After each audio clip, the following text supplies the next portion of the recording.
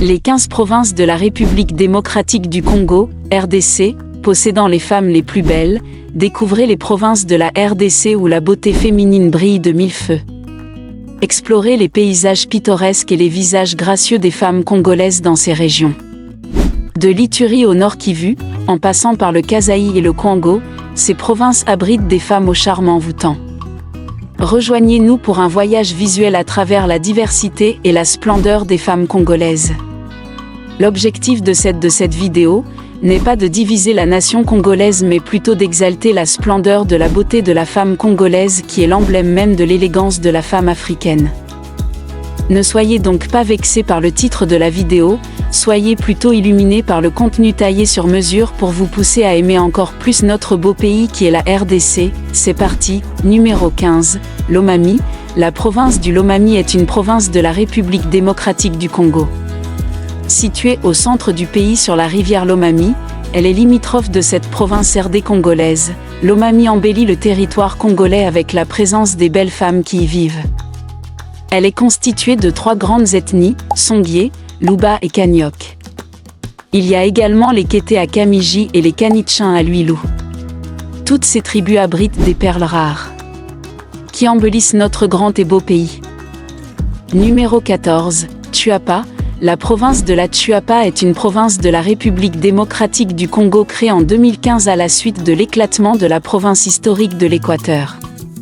Son chef-lieu est Boendé. La population de la province de la Tuapa est principalement composée de l'ethnie Mongo dans laquelle on trouve plusieurs tribus dont Somekelese, Lonola, Gando, Elinga, Bolifa, Loma, Songomboyo, Nkole, Kundo, Mbole, Boyela, Koka, Bakutu, Ekota, Songo, Yomongo, Yankata, Yansola, Bundé.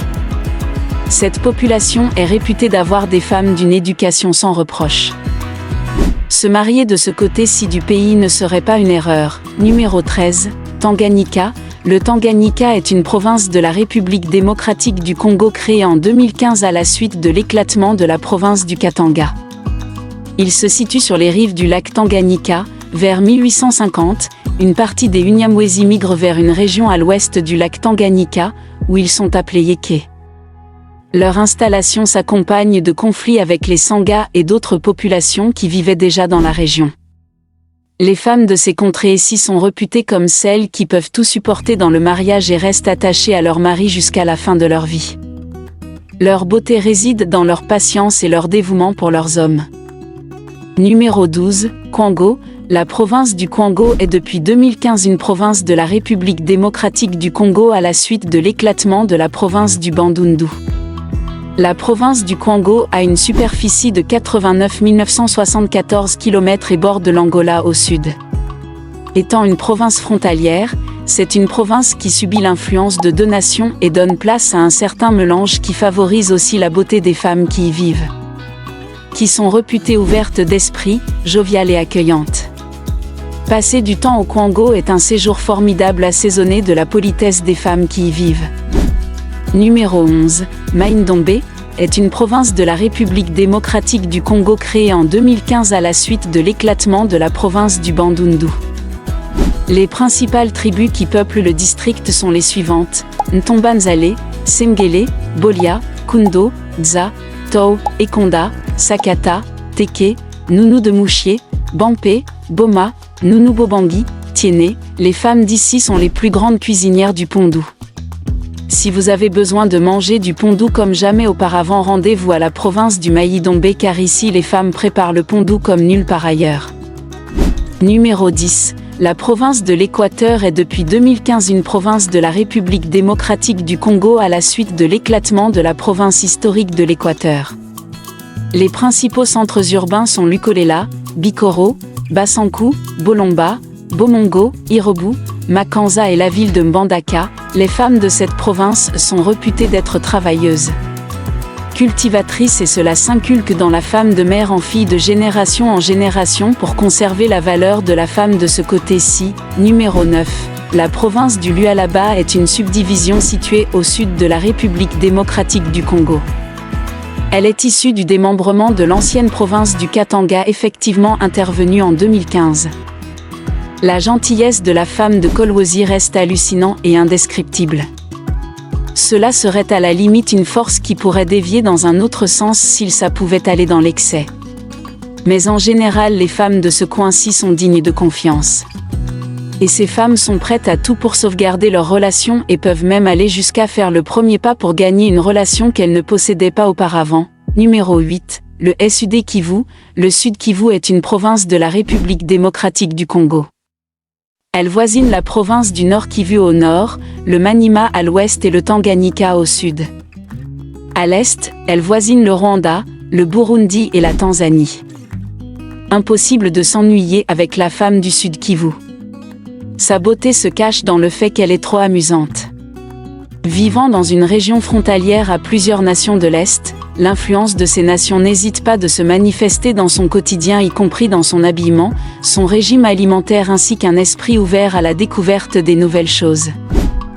Numéro 7. Sankuru. La province du Sankuru est une province de République démocratique du Congo créée en 2015 à la suite de l'éclatement de la province historique du Kasaï oriental. Les Tétéla constituent l'ethnie principale de la province. À eux s'ajoutent d'autres tribus numériquement importantes comme les Songhé, les Kutchu, les Kuba et les Luba. Les femmes jouent un rôle important dans la société Tétéla car elles retracent la descendance à travers la lignée de leur mère. Les marques de scarification sur les joues représentent des larmes, et les masques sont utilisés lors des cérémonies d'initiation des jeunes hommes où les liens d'intimité entre la mère et l'enfant sont rituellement rompus. Numéro 6. L'Ituri. Le mariage est l'un des domaines où la coutume est très ancrée chez beaucoup de Congolais. Chez les Ema, la famille de la mariée est très engagée pour la réussite du mariage, au point d'y consacrer un rite spécial durant la nuit des noces. Mais ce rite contraste avec les pratiques acceptées dans nos sociétés modernes. Il s'agit pour la nouvelle mariée, de passer la première nuit avec ses shangazi, tantes paternelles, et oui. Cette nuit qui fait fantasmer pratiquement tout futur marié, a un autre but chez le peuple Ema, préparer la nouvelle mariée à sa nouvelle vie. Durant cette nuit, les tantes programment leurs filles pour la vie du mariage et tout ce qui va avec. De la responsabilité à la soumission, en passant par la vie au lit, les shangazi s'appliquent à faire en sorte que la fille ne soit pas, dans son foyer, une honte pour la famille. Leur beauté s'explique donc par le fait qu'elles sont très bien préparées pour la vie conjugale. Numéro 5. Kinshasa. La jeunesse féminine est envoûtée par le « Kilolo », un slogan devenu viral à Kinshasa. Ce slogan prononcé par la plupart des Kinois signifie tout simplement le temps présent. Englobant des innovations diversifiées, entre autres la façon de parler, marcher, de s'habiller et de se maquiller. Dans ce « Kilolo », il y a aussi la nouvelle façon de s'embellir le visage. Les jeunes filles sont de plus en plus accros à ce « make-up ». Un ensemble d'artifices utilisés pour rendre plus beau son visage, ce dernier englobe l'utilisation de rouge à lèvres, mascara, crayon de beauté, fond de teint, etc.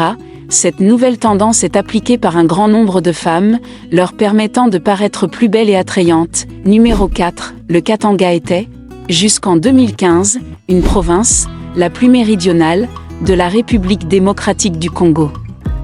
Sa superficie était de 497 000 km², soit environ la taille de l'Espagne. Le plateau du Katanga accueille de nombreuses fermes d'élevage et d'agriculture. Les femmes de cette province sont réputées être entreprenantes et influencées aussi par la modernité. Numéro 3. Le Nord Kivu est une province de l'Est de la République démocratique du Congo.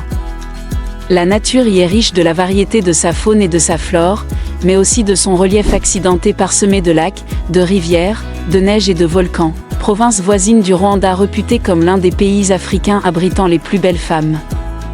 Le Nord Kivu n'est pas non plus épargné par cette influence. Plusieurs mariages sont organisés entre les deux régions et donnent naissance à des enfants mélangeant un sang congolais et rwandais en héritant la beauté physique de leurs parents.